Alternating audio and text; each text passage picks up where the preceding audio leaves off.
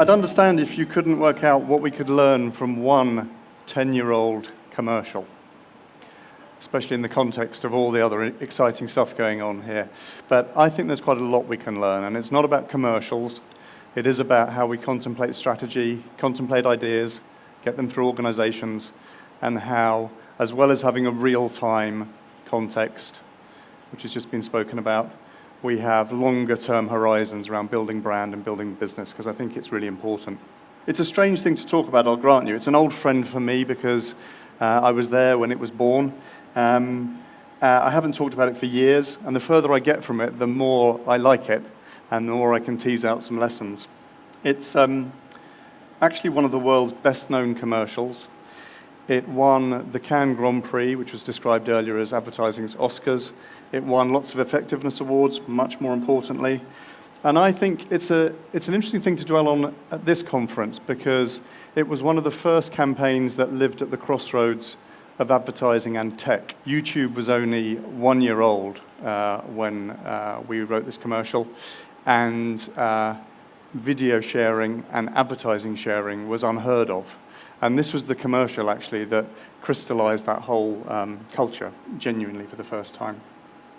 So we're approaching its 10th anniversary, but I thought we'd try and drag out some broad learnings for the problems you find yourselves in and the situations you find yourselves in. I've come up with 10 learnings. I hope 1, 2, or 3 of them, at the very least, are useful to you as you go back to your businesses. If I get a 10, you can buy me a beer at the end.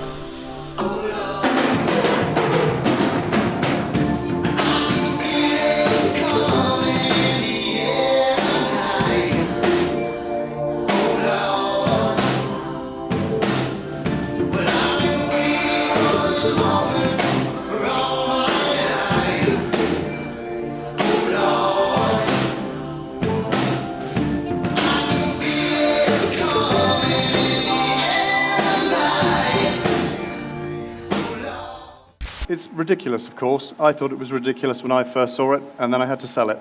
Well, I'll tell you about the first learning, and that's that you should never let a good crisis go to waste. Here's evidence, by the way, that the gorilla is still culturally relevant. It's the UK's favourite ad, still, 10 years later. This is an Irish advertising charity trying to raise some money last year, a brilliant print ad. Anyone in advertising can fall on hard times. So this thing still has cultural power. Here's where it started. The Cadbury gorilla started in an absolute crisis for Cadbury. They had a salmonella food poisoning crisis, a disaster if you sell chocolate to children and old people as well as adults. They had to withdraw millions of bars from circulation. Sales dropped hugely. And I think the seeds of gorilla actually were in that crisis because the marketing team decided not to hide and wait for it all to go away. They decided to step forward and actually do something about that and to bring a little bit of delight back to people from Cadbury rather than crisis. And I think ever since I've been involved in this, I've been reminded that when you find yourselves in moments of crisis, we all do, there is an opportunity somewhere in it. So try and find your way to the opportunity. Gorilla came out of looking at the crisis of food poisoning in a different way. The second broad learning is to solve the right problem. If you look at most studies of effectiveness, and I look at a lot because it's my sort of private passion, you pretty much conclude time and time again that the single biggest driver of doing something effectively isn't how much effort you put in, how much resource. even how much creativity. It's that you solved the right thing and got to the core of the problem. But most of us, of course, being impatient, race off to the solution, or the solution we've got in our briefcase or our backpack. So solving the right problem, I think, is really, really critical. And you don't have to take it from me, you can take it from Albert Einstein, who was once asked what he'd do with his time if he was given an hour to save the world. And he said he'd spend 59 minutes defining the problem and 1 minute solving it. I think at the moment, we tend to race towards solutions without really understanding problems. And I mean really understanding problems. Advertising tends to get used to drive brand awareness because it's good at that. It's sometimes used for persuasion because it's quite good at that, not brilliant. But actually, Cadbury had neither of those problems. It had loads of awareness, a massive global brand, a massive British brand. And the salmonella crisis, of course, had given them even more awareness. So the last thing they needed was awareness. Could they persuade their way back to the top? I'm not sure. As soon as you told people Cadbury was great quality chocolate, you'd just remind them of salmonella. If you said Cadbury was safe chocolate, you'd just remind them of salmonella. And I think our clients very brilliantly said, the right problem to solve is this. It's not about awareness. It's not about persuasion. It's get the love back. So that's the problem they set for the agency. Very single-minded, very helpful. Learning number 3 is understanding what market you're really in. Now, I think this is getting more and more important as markets are getting disrupted by tech. Lots of the most interesting markets are blurred, have blurred lines with other markets, categories, just as the previous speaker was saying.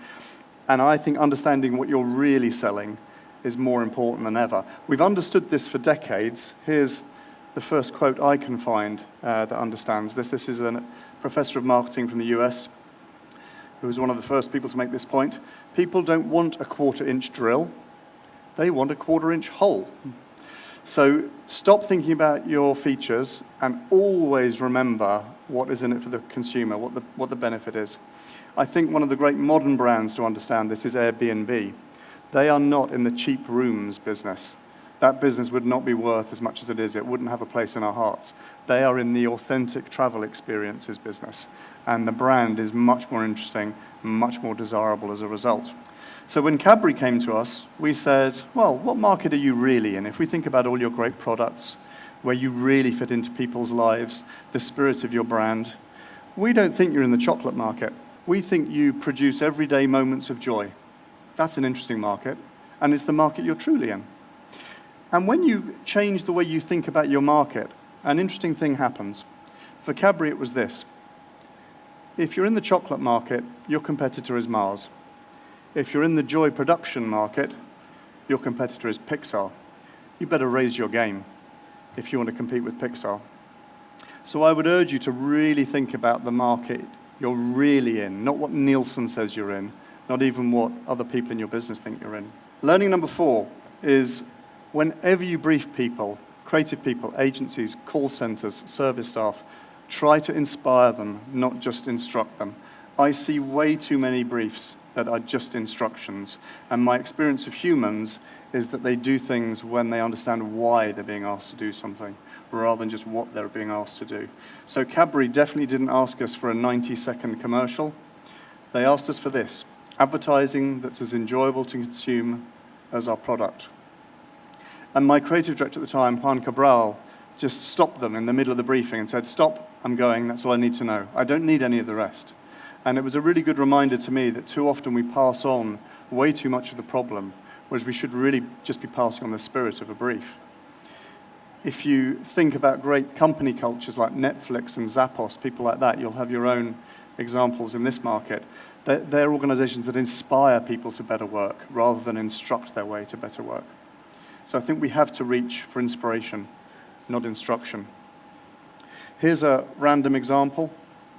One of the most famous paintings in the world, at least in the Western world, the ceiling of the Sistine Chapel, painted by Michelangelo to a brief from the Pope. True story. It was not an instruction. He wasn't asked to paint the ceiling. He was asked to paint the ceiling for the greater glory of God and as an inspiration and lesson to his people. And then it carries on. Please depict the creation of the world, the fall, mankind's degradation by sin, the divine wrath of the deluge, and the preservation of Noah and his family. Now that's a brief. That's a brief. Pope Pius, whoever you are. Inspire, don't instruct. Learning number 5 is to build distinctive assets for your brand and around your brand. Has anyone here read or heard Byron Sharp speak? Famous Australian marketing professor. He's written a book called How Brands Grow. Really important book for any of you who want to grow brands. And his contribution, his quite contrary contribution, is twofold.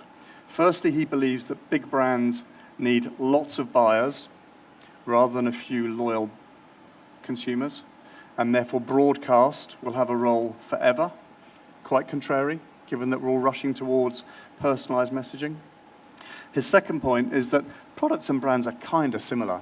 And you know what? People know that. And the trick isn't to make people think they're different, but to build very distinctive assets around your brand. The things that you would sue if someone copied.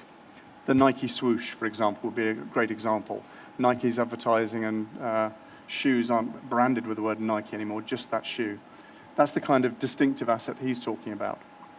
And we realized in working on Cadbury that we had 2 distinctive assets right under our nose.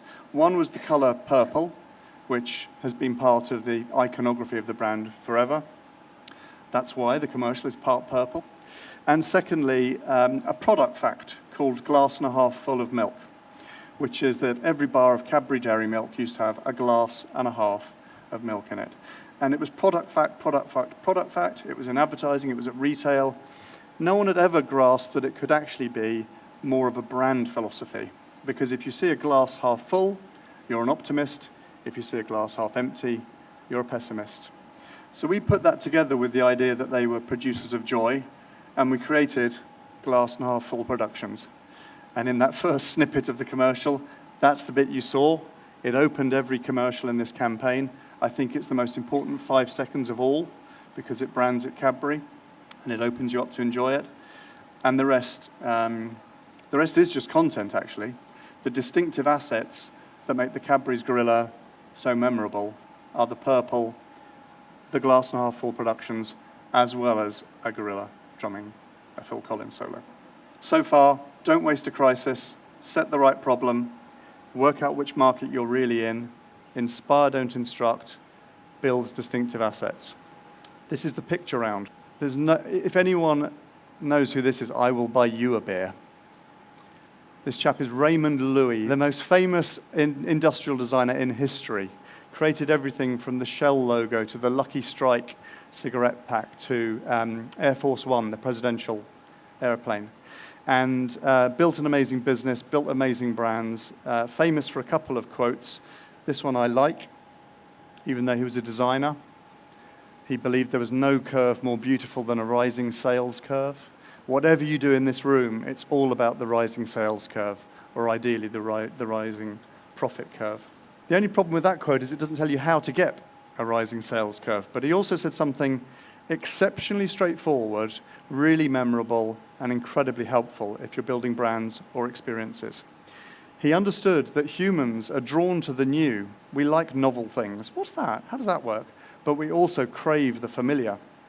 And that therefore, if you could build products, brands, advertising, UX, whatever, that combines new and familiar, you're in a winning place. And he called that theory the most advanced yet acceptable theory, Maya for short.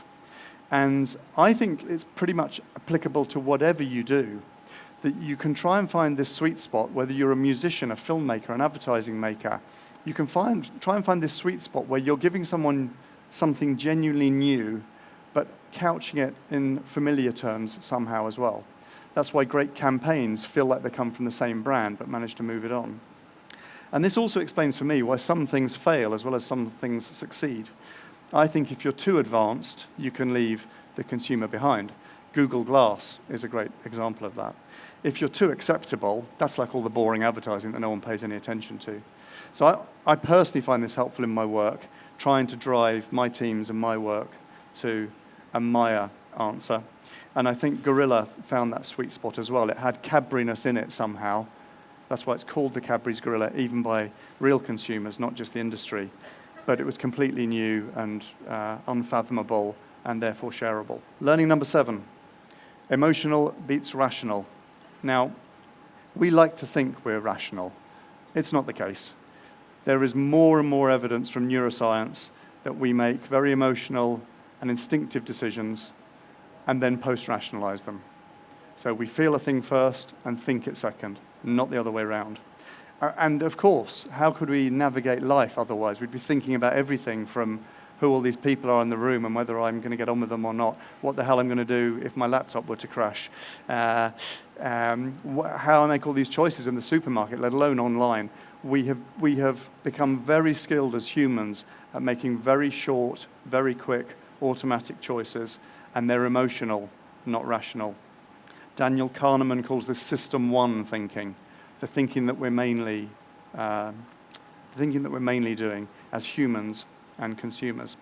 And the more and more we understand about how the brain works, the more proof we have of this. This is a quote from one of the world's leading neuroscientists, Donald Kahn.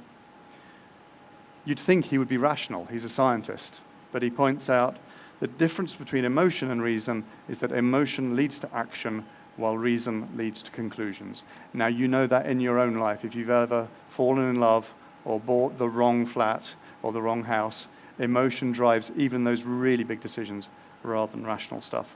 And I think great advertising, great brands understand instinctively that we buy emotionally. I love Uber with a passion, not because I get a cheaper cab, but because I'm in control. I feel like I'm in control of all those little cars zooming around on my screen. I feel like I'm in control when I'm in it because I can see which route he's taking. And I'm in control at the end because I give him or her, a star rating. Uber has been built to make me feel something, not just think something. And I think it's more powerful for that.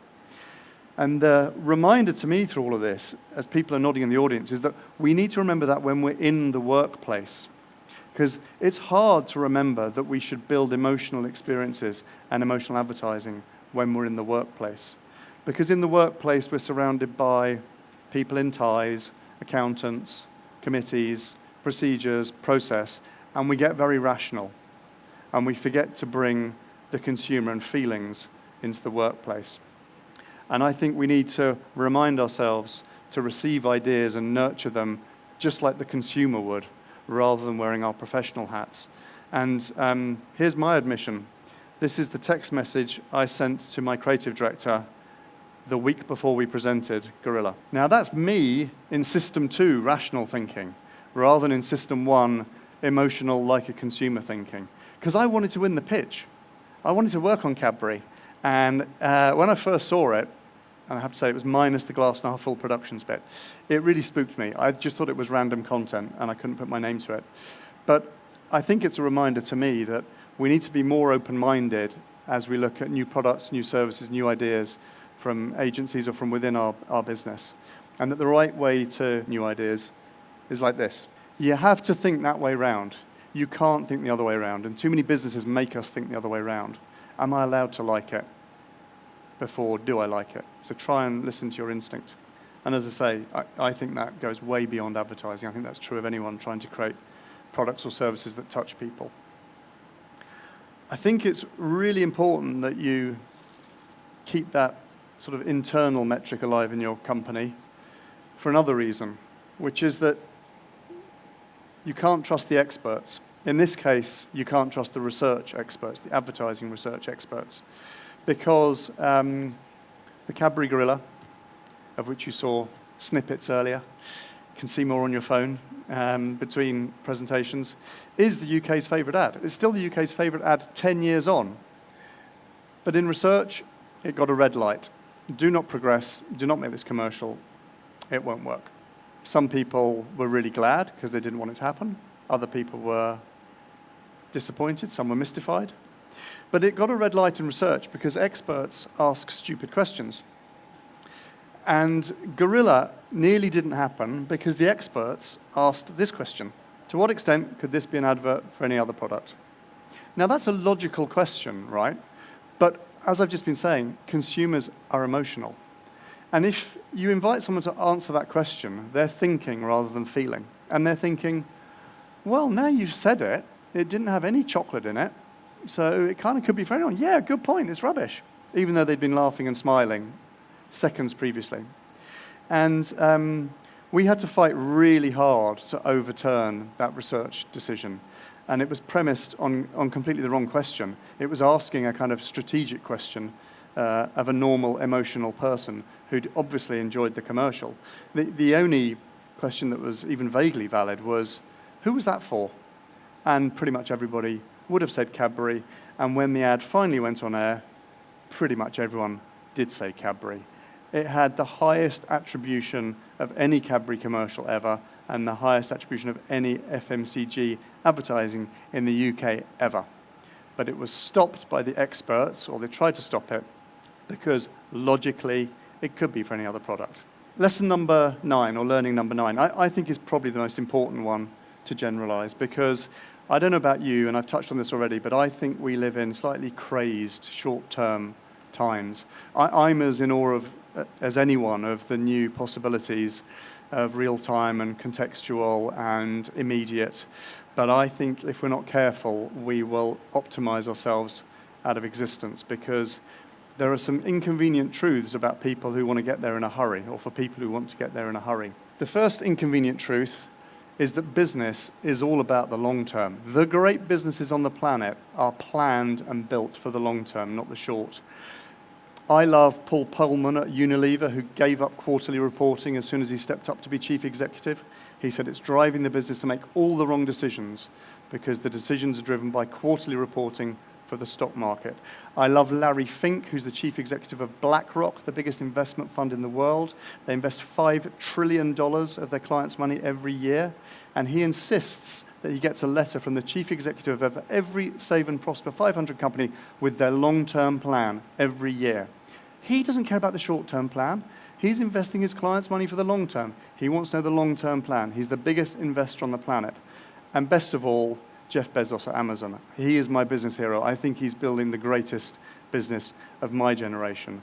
And he writes an annual letter to shareholders. They're on the internet. Look at them, because they are short, one of my favorite things, and incredibly incisive about how we should do business. And one of his very first letters to shareholders, 1997, was a chapter, very short chapter, paragraph entitled, "It's All About the Long Term." Basically making sure that shareholders didn't mistake Amazon for one of those companies that's trying to make a buck quickly. And he talked about how every decision Amazon make will be about long-term market leadership, not short-term profitability, and definitely not short-term Wall Street reaction. It's in about 3 sentences. I'd encourage you to track it down. I'd look at all of them. Every year he says something brilliant to his shareholders. I think he's building a genuinely world-class business because he's absolutely looking down against a longer horizon rather than the short. That's inconvenient truth number 1 for everyone in a hurry.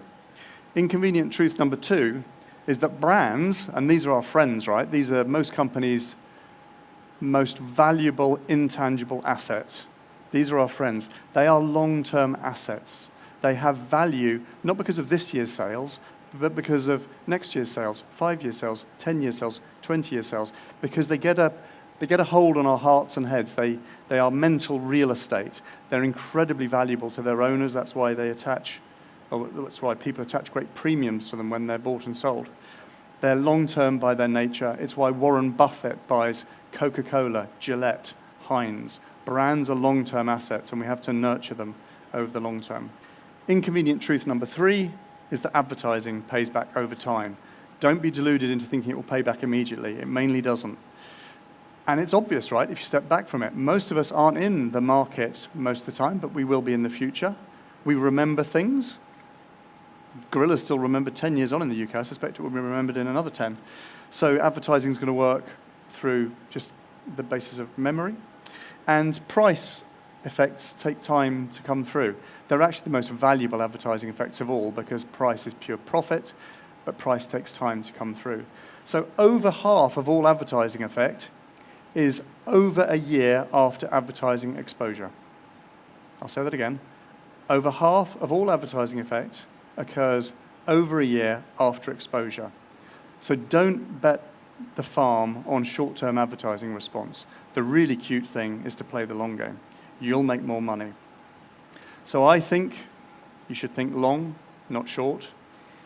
I'm going to close this point and wrap up with an extreme example of this. This is the Sagrada Familia in Barcelona, one of the most extraordinary buildings in the world. It's basically like walking through a work of art. Construction of this started in 1880, and it's still not finished. Someone do the math. That's 130 years of construction. It will never be finished. The point was that it will never be finished because it is a tribute to a higher power and to the glory of art. The architect who came up with the concept died after, I think, 30 years of working on it. It was still only a quarter finished. And he was always being agitated by the Spanish authorities. When will it be finished? When will it be finished? This is crazy. You're costing us too much money. And Gaudi, the man in question, he said, my client is not in a hurry. Gaudi's client was not in a hurry. The trouble is, too many of us are. And the more we hurry, the more value we're destroying, frankly. Here's what's happening in my industry.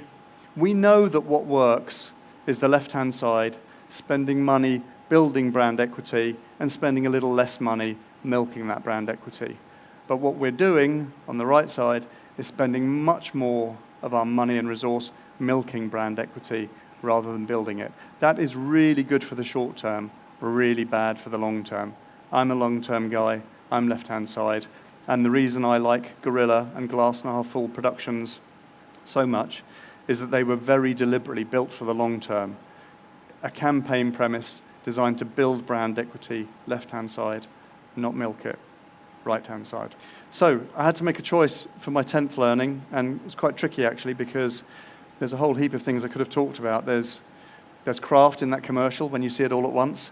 There was an amazing sense of teamwork between the agency and client, which is very unusual, which is why we could see off the nasty researchers and why, after several months of wrangling, Gorilla finally went on air in August 2017, almost 10 years ago. I could have talked about culture, which made us feel brave enough to recommend something crazy.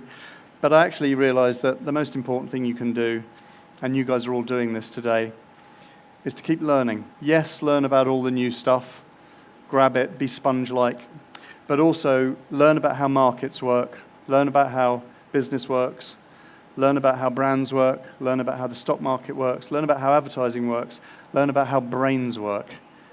The list is endless, I'm afraid, but if you learn, then you too will lead. And I think that's my parting thought after me learning a thing about tech setup and tech rehearsal. Thank you all for listening.